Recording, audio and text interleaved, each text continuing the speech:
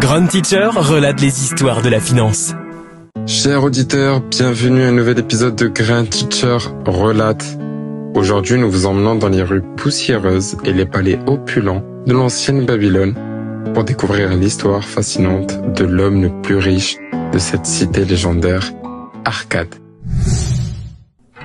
Babylone, avec ses jardins suspendus et ses murs imposants, était une ville de légende, prospère et débordante d'activités commerciales. Mais au milieu de cette abondance, il y avait ceux qui luttaient pour survivre et ceux rares qui amassaient des fortunes. L'un d'eux se démarquait particulièrement, Arkad. Ami d'Arcade, Bansir le charpentier. Je me souviens d'Arcade quand nous étions jeunes. Nous avions les mêmes rêves, mais lui, il avait une détermination que je n'avais jamais vue. Un jour, alors que nous étions encore des apprentis, il m'a dit qu'il ne voulait pas seulement survivre, il voulait prospérer.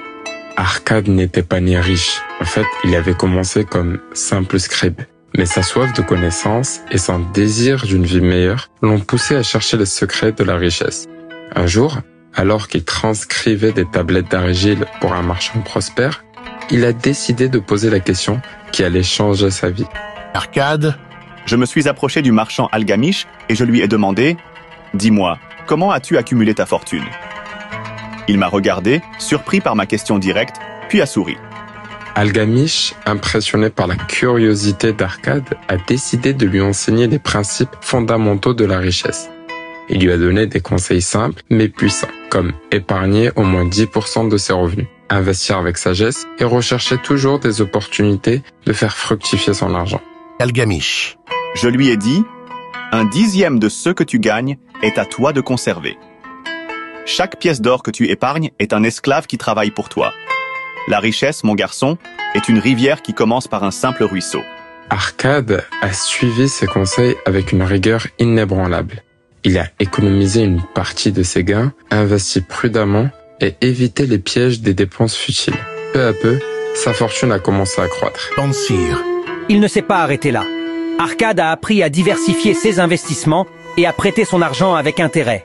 Il nous disait toujours « L'or en sommeil est l'or gaspillé.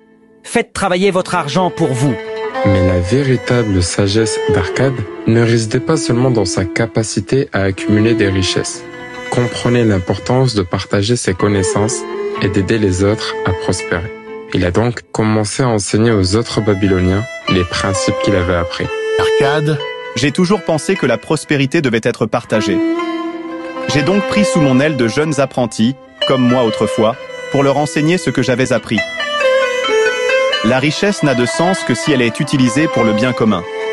Grâce à son enseignement, de nombreux Babyloniens ont vu leur vie transformée. Arkad est devenu une figure respectée et admirée, non seulement pour sa richesse, mais aussi pour sa générosité et sa sagesse.